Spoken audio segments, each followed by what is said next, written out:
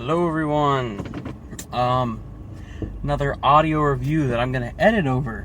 My Malignant review I kind of kept very minimal. I didn't, talk, or no, I talked a lot. I didn't edit a lot over it. I left that video very minimal. I'm gonna hope to use more footage from Scream. I've downloaded the movie on a file so I could do that. Currently I'm driving is the main reason why I don't want to, review it on camera and crash. I do need to get home. So I'm gonna do a simultaneous thing. I'm not gonna listen to music, try and be quiet. I'm sure you'll hear the car like in the Malignant video, but I'll be a bit louder. I'll try and make sure you can hear me is my main goal. So I just got out of the original 1996 Scream. It is the 25th anniversary of this fucking classic horror movie that I guarantee you anyone who's seen it will say they probably love it. I don't know many people who find the movie bad or boring or unamusing. I feel like everyone kind of loves it. So going into this is probably like my 10th time seeing it. It's been sort of a dream for me to see this on the big screen. I always say there's those movies, like the 5 to 10 movies that you've always wanted to experience on a big screen. And on the big screen, I've always wanted to experience Scream. The Big Scream. Directed by Wes Craven, and after, of course, his amazing approach to a film like Nightmare on Elm Street and a bunch of other shit in between that we don't need to talk about. Scream was sort of to reinvigorate the genre of the late 80s, early 80s to late 80s with a big slasher trend where it was very minimal, predictable slashers that would come out all the fucking time. That was every movie, the basis for every movie. That was the idea for Scream, is to not necessarily be a parody, that's a scary movie, to be intense, smooth parody, but was more to, while in the movie being meta and satirizing, like, the ideas of what happens in a scary movie, like a slasher, the cliche of like, oh, it's the virgin, you can never have sex. It's fun to make fun of that stuff, but simultaneously approaching it as a grand horror film, one that's quite creepy, intense, and very fucking frightening. Because I'll say, there's like 2 scenes in here while seeing it in the theater that like really stand out. Like, it's not horrifying. I'm not gonna have nightmares of this shit for years. Nothing like that. But there's like, the opening sequence is pretty intense and like kind of more gruesome when you watch it on a big screen. There's just something about it. The big screen bringing a movie to life. So that's why I wanted to go. So this is kind of a review of a movie I've seen a ton of times. I did a miniature one for Scott Pilgrim a while ago, but this one is going to be a bit bigger. I'm going to make it, it's already probably longer than that video if I'm being honest, but seeing it on the big screen for its Fathom event was an honorary experience. I felt honored to be there. Just because it's such a good movie. You don't see horror movies, I feel like, Scream like anymore at all. Like, it feels like you just never see them. Never. You never see these types of movies anymore in theaters. You get a slasher, but you don't get one tonally like this. The most similar thing that I can compare to Scream in recent years that I have seen, it would be Malignant. It's very campy. This movie, Scream, isn't even as campy as Malignant. Malignant is ridiculous, which is fun, and it's very well directed, but there's nothing that holds the classic appeal of just a simple meta movie like Scream, because, those are movies of its time. It's like Scary Movie 1. It's a movie of its time. You can't watch Scary Movie 1, the first one, or any of them really, and be like, oh, they're movies of now. Like, they're highly rewatchable and lovable, but they're movies of their time. Once they try to make Scary Movie 5, it's like, you're in 2015. No, it wasn't 2015, 2013. And that movie just felt fucking old and dull, and it wasn't funny. That could be because the writing wasn't funny and it was complete schlock, but at the same time, it's like, no, it's just tiring. There's something about that spoof genre that died down. Just doing stupid shit over things we've seen before from other movies does not make it funny. And Scream, at the time, was like ahead of its time. When this came out, that wasn't really a thing. Like, spoof movies were a thing, but this isn't a spoof. This is like a meta satire on tons of ideas, but on the horror genre. And a horror genre thing was like so overfluffed. There were so many slashers of the 80s, so taking a giant break, then hyping up this movie with minimal ads, making it look straight horror movie, and then having it be a comedic effect, that's like something you never see. So I'm sure at the time this movie was like huge, not just because of the box office numbers and how it got great reviews. This movie's considered a classic now.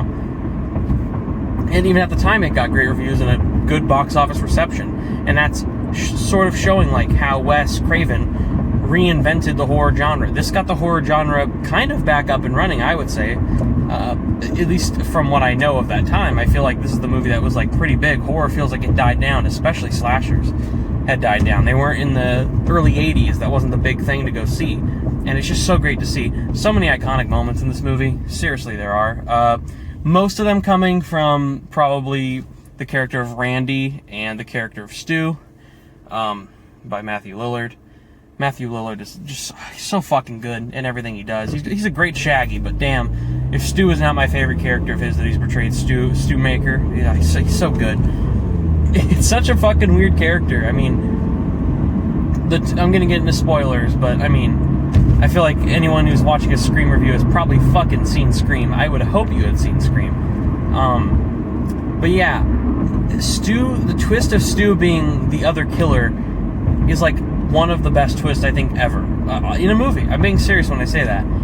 Like, it's great when you watch The Sixth Sense, but something about like Stu just being like the other killer, it's like you're like, oh shit, Billy was the killer, but then you're like, who's the one who came in and stabbed him to fake it? Because clearly there's a backup killer. But when all this crazy shit is happening, every viewing you don't forget necessarily. You probably know they're the killers throughout scenes when you rewatch it, but you're not feeling that. You're not feeling like Stu at the ending. You're like, holy shit, crazy shit's going down. This is entertaining and fun, as it's so heavily rewatchable of the movie that again you just forget, like, oh yeah, like Stu. That surprise of him standing there at the door when Sidney runs into him, like, Stu, and then it's like, surprise, Sidney. It's fucking iconic. It's not just like cool in the way it's like iconic. It's like creepy but fucking badass. Like, you love it. I'm not gonna lie, I kind of root for Stu because he's so goddamn funny and likable. I mean, he's a psychopathic murderer. Like, fuck, like, and he can play it off creepy too. Like, it is intense at times. You're like, do I laugh at his jokes, or is this like kind of fucking horrifying? This guy just has no motive. He's just insane. He's going through with it with Billy just because he has like no other fucking idea. He says peer pressure. I genuinely believe it. He just is a weirdo, kook, dumbass, and at the same time he feels peer pressured into it, so he's just going insane. I love that twist. And Billy's a great killer too. I mean, the twist of Billy, the boyfriend, who you're like, oh, he is the killer because he has the thing in the door, but then that's like 30 minutes in the movie, and then you're like, oh wait, the police station says it's not him.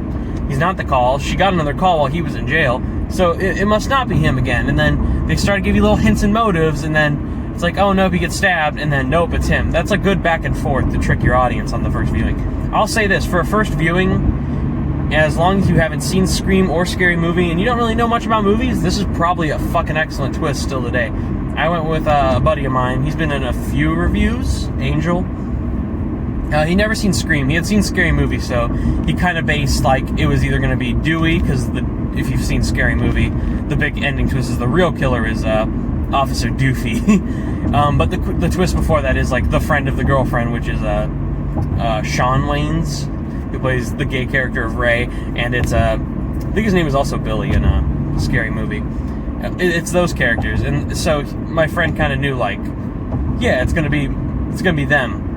And that can dissipate a twist, but like if he had not known, I guarantee like the shock of it would have been like way funnier and way crazier, because it's such a good twist. Like, even for its time, the movie holds up because it does feel like a movie of its time, but there's so many like grand things about it. It's so well directed, it's very funny, it's very clever, it's at times very twisted, it can be creepy. There's so many moments you also forget about. Everyone thinks of like the big iconic ending moments because like those are all the big scenes, and the opening scene with Drew Barrymore, those are the two scenes people think about. But like, I love like the principal scene with Henry Winkler just fucking walking around. You're like, oh, they kind of hinted he might be the killer. That's also a great way to like dissipate it. The only really spoof moment in this movie, I would say, is with Henry Winkler when he goes out and the janitor is dressed like Freddy Krueger and he's like, sorry, Fred. And he's like, yeah, it's Fred. That part's pretty funny. I mean, it's Wes Craven. Make fun of your own movie. Kind of fully reference a janitor at a high school. Freddy Krueger, I mean, that's what he was.